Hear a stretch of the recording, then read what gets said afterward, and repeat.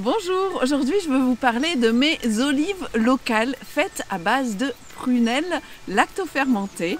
Les prunelles, les fruits du prunelier qu'on trouve un peu partout en France sur les arbustes épineux qu'on appelle aussi épines noires. Alors comment je fais pour préparer ces fameuses olives entre guillemets locales? Alors je fais déjà une lactofermentation. Donc c'est tout simple à faire.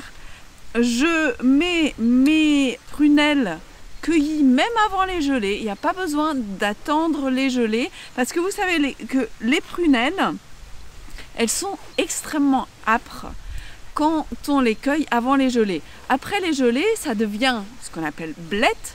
Donc les fruits deviennent blettes et il y a plus le côté sucré qui ressort, ce côté astringent, âpre, il n'est plus là. Mais pour faire nos prunelles lactofermentées, il n'y a pas forcément besoin d'attendre les gelées parce que la lactofermentation, elle fait en sorte que ce côté âpre disparaisse.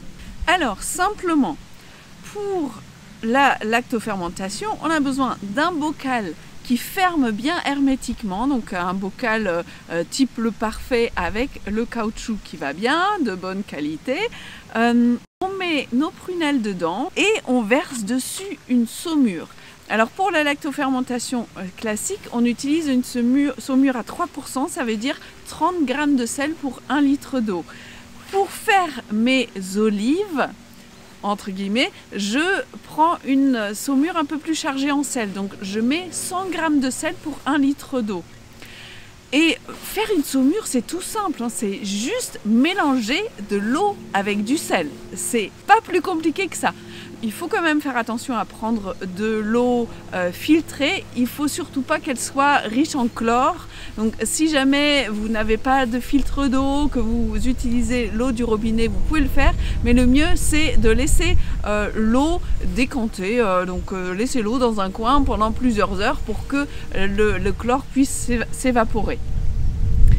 Et après, tout simplement, vous mettez le sel dedans, vous mélangez bien jusqu'à ce que le sel soit dissous dans l'eau et votre saumure est prête. Donc, les prunelles dans le bocal, la saumure versée dessus, vous mettez le caoutchouc, vous fermez bien et vous attendez. Là, pour faire les olives de prunelles, il n'y a pas besoin d'attendre longtemps, donc 5 jours de fermentation, ça suffit.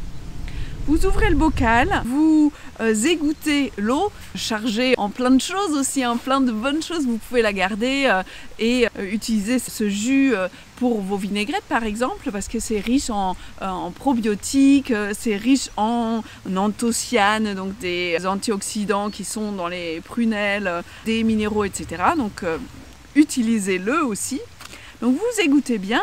Et vous remettez les prunelles égouttées dans un bocal et vous versez dessus tout simplement de l'huile d'olive. Avec quelques aromates, j'ai rajouté du thym, du laurier, du romarin. Et puis vous fermez, vous mettez ça dans un endroit frais, j'ai mis à la cave tout simplement. Et puis déjà 15 jours plus tard, vous avez vos olives locales qui sont prêtes. Donc vous avez ce côté salé, acidulé des prunelles lactofermentées avec le goût de l'huile d'olive dont les prunelles se sont bien imprégnées, plus le goût des aromates que vous avez ajoutés. C'est super sympa. Donc attention, il y a quand même les noyaux dedans dans les prunelles.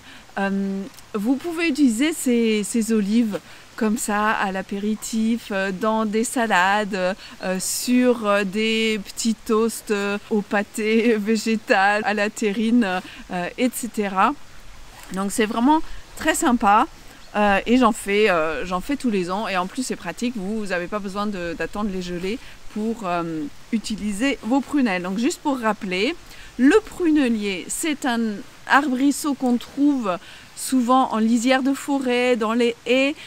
Il a des épines, c'est pour ça qu'on l'appelle aussi épine noire. Donc c'est ce arbuste qui fleurit très tôt dans l'année, à la sortie de l'hiver. Vous avez des étendues de petites fleurs blanches au fond des champs Et puis les prunelles, donc ces fruits qui ressemblent à les petites prunes bien rondes, petites de 1 cm, selon les années, un peu plus grand que 1 cm de diamètre, bien bleu avec une pruine, donc un voile un peu blanchâtre autour.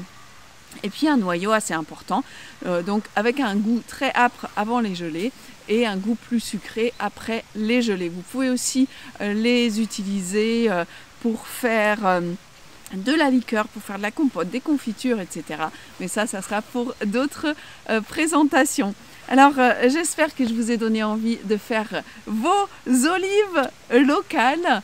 Et si vous voulez aller plus loin sur d'autres plantes sauvages comestibles, vous pouvez aller sur mon site plantesauvagescomestibles.com. Vous avez plein de vidéos et d'articles sur les plantes sauvages comestibles avec des astuces d'identification, des recettes, etc. Et pour vous former vraiment aux plantes sauvages comestibles, j'ai aussi ma formation en ligne Cueillette et cuisine des plantes sauvages, à laquelle vous pouvez vous inscrire 3 fois dans l'année, parce que c'est une formation en ligne qui vous amène tout au long de l'année pour découvrir chaque semaine une nouvelle plante avec plein d'informations autour de la cueillette et de la cuisine des plantes sauvages comestibles. Donc rendez-vous sur mon site plantesauvagescomestibles.com. À bientôt!